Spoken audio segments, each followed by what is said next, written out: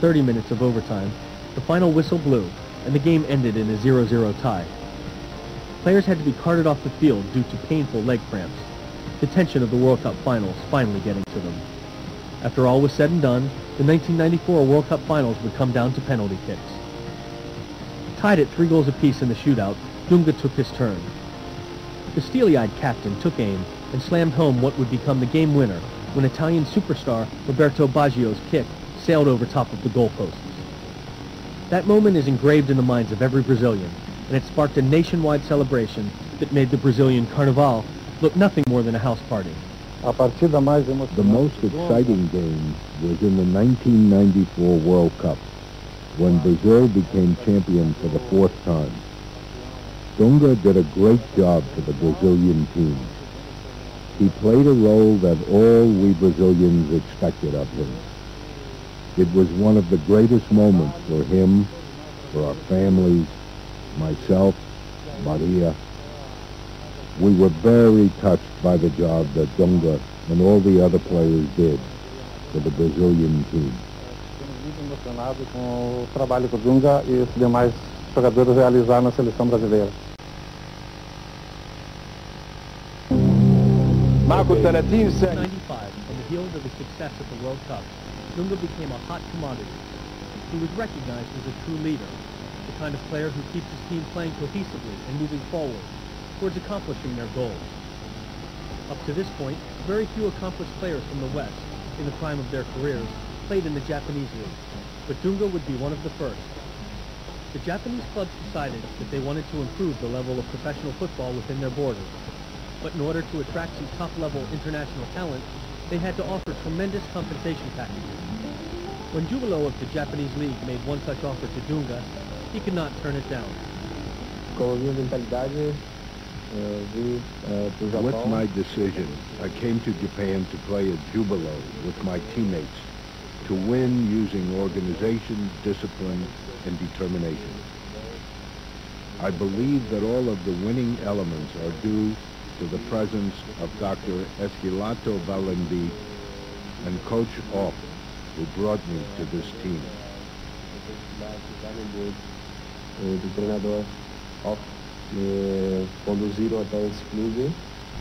Dونغا arrived in Japan with much fanfare, and from the time he got there, he did not disappoint. In 1997, Dونغا enjoyed one of his best years as a professional footballer. He led his team to victory in the Japanese League Championship game and was named the most valuable player in the Japanese League that season.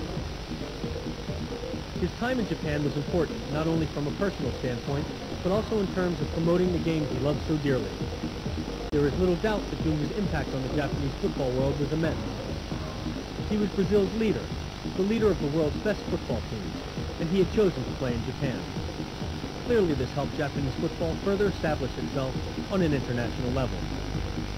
Dونga's return to the national team in 1998 in France marked his 3rd and final World Cup appearance. With his leadership and international experience, Dونga was the on-field general.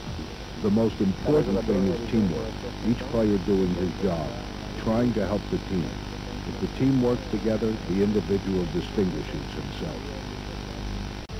As the ball exited the Brazilian defense, it passed through Dونga on its way to reaching the talented feet of strikers Ronaldo, Romario, and Bebeto.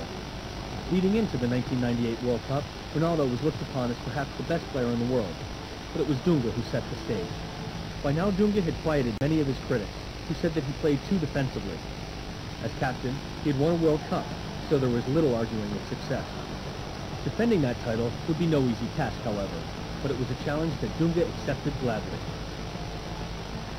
Dونga's intensity was even higher than normal, and on several occasions he actually looked as if he might snap. The first instance occurred during Brazil's second opening round game against Morocco. Dونga began screaming at Bebeto for not impeding Morocco's free kick until such time that Brazil had set up its defense. The two came together and actually headbutted one another before their teammates were able to restore some order. Later on in the tournament, Dونga again took issue with one of his teammates, but this time it was striking sensation Ronaldo, who was on the receiving end of the Dونga verbal assault. Even as the Brazilian squad celebrated a goal by Cesar Sampaio, Dونga chastised Ronaldo for having been poorly positioned on the pitch. Despite his troubles, Dونga regained his focus, and again established himself as the leader of the team. He was determined to become the first man ever to captain a team to 2 World Cup victories, and his dream almost came to fruition.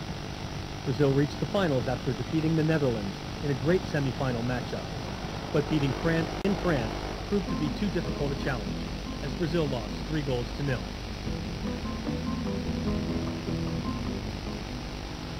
Even though Brazil came up short in the World Cup, Dونغا was not blamed for his country's shortcomings, as he had been after the 1990 tournament.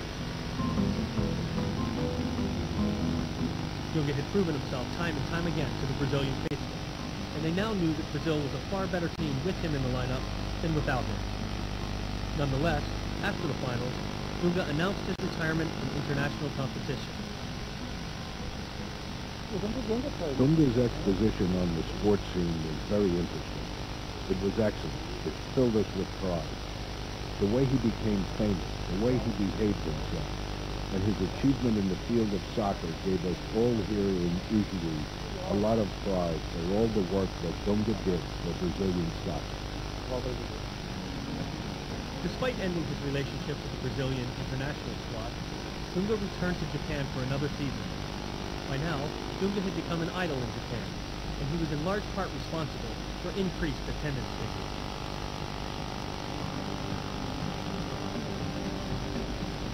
He loved his time in the Far East, but as many Westerners do, he missed his home and his family. So in 1999, Dونga returned to Brazil to finish his career at Esporte Clube Internacional, the team for whom it had all begun. Unfortunately for Dونga, things did not work out as he had hoped with Internacional. He did not get along well with the coach, and he ended up sitting out most of the 1999 season.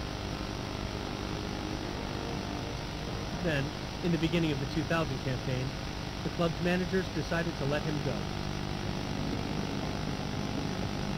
As reparations, the team awarded him $200,000, which he immediately donated to charity, further cementing the respect he had earned from football fans throughout Brazil and the world. In his hometown, Dونga means everything. There he is idolized and considered to be a symbol of strength for the city and its inhabitants. Everywhere you go, you will be reminded of their heroes. And there is even a park in town called the Captain Square, in reference to the 1994 World Cup captain.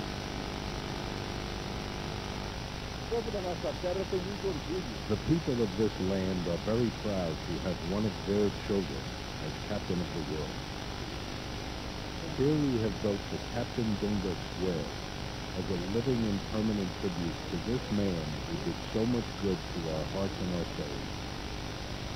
Dونga did a lot of good things in Italy, even when he was not well known, not to mention what he has done as a soccer player.